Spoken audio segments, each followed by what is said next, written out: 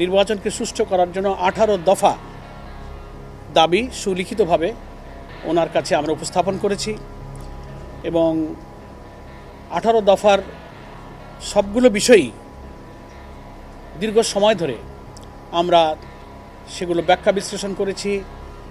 প্রধান নির্বাচন কমিশনার এবং তার পক্ষে কমিশনারবৃন্দ আমাদের প্রশ্নের এবং আমাদের দাবিগুলোর ব্যাপারে তারা আরও ক্ল্যারিফিকেশন দিয়েছেন, কি কি পদক্ষেপ তারা নিচ্ছেন, তাদের সামনে কি কি চ্যালেঞ্জ আছে, কি কি টেকনিক্যাল অসুবিধা আছে, আর কি কি সম্ভাবনা আছে, সেগুলো যেমন তুলে ধরেছেন, তেমনি রাজনৈতিক দলগুলোর সহযোগিতার যে প্রয়োজন, বিশেষ করে জামাত ইসলামের কাছেও তারা সহযোগিতা কামনা করেছেন। এই সব আলোচনাই কিন্তু খুবই খোলামেলা এবং সৌহার্দ্যপূর্ণ আন্তরিক পরিবেশে অনুষ্ঠিত হয়েছে এবং আমরা ওনাদের আলোচনায় অন্তত আন্তরিকতার দিক থেকে আমরা সন্তুষ্ট যে ওনারা প্রচেষ্টা চালাচ্ছেন এবং প্রচেষ্টা চালাবেন।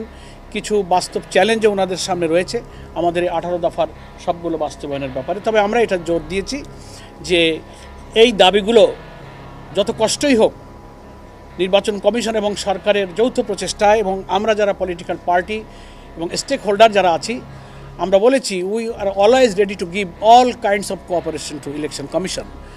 আমরা এটা দিতে থাকবো, কিন্তু সেই নির্বাচনটা আমাদেরকে সুষ্ঠু করতে হবে।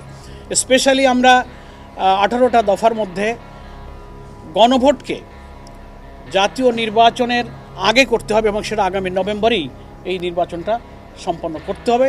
কারণ বিস্তারিত ওখানে আমরা ব্যাখ্যা করেছি, সে বিস্তারিত প্রয়োজন নেই এখানে। সংক্ষেপ কথা হলো যে জাতীয় সনদ যে তৈরি হচ্ছে, জুলাই জাতীয় সনদে যে সমস্ত বিদ্যমান রাষ্ট্র কাঠামোকে পরিবর্তন করে যে সংস্কারগুলোর ব্যাপারে আমরা ঐক্যমত হয়েছি, জাতিকে তো সেটা জানতে হবে, জানার পরেই না তারা না ভোট দেবে।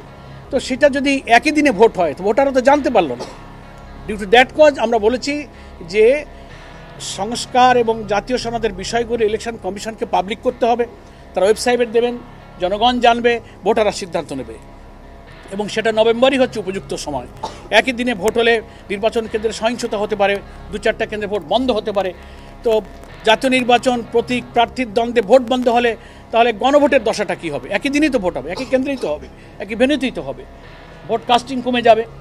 এই সমস্ত অনেক টেকনিক্যাল প্রবলেম আলোচনা হয়েছে। ওনারা এগুলোর ব্যাপারে ওনারা কোনো নেতিবাচক কথা বলেননি, আমাদের কথা ধৈর্যের সাথে শুনেছেন, আমাদের যৌক্তিকতার কথাগুলো ওনারা বিবেচনায় নিয়ে ওনারা মনে হচ্ছে যে আমাদের কথার প্রতি ওনারা কনভিন্স হয়েছেন।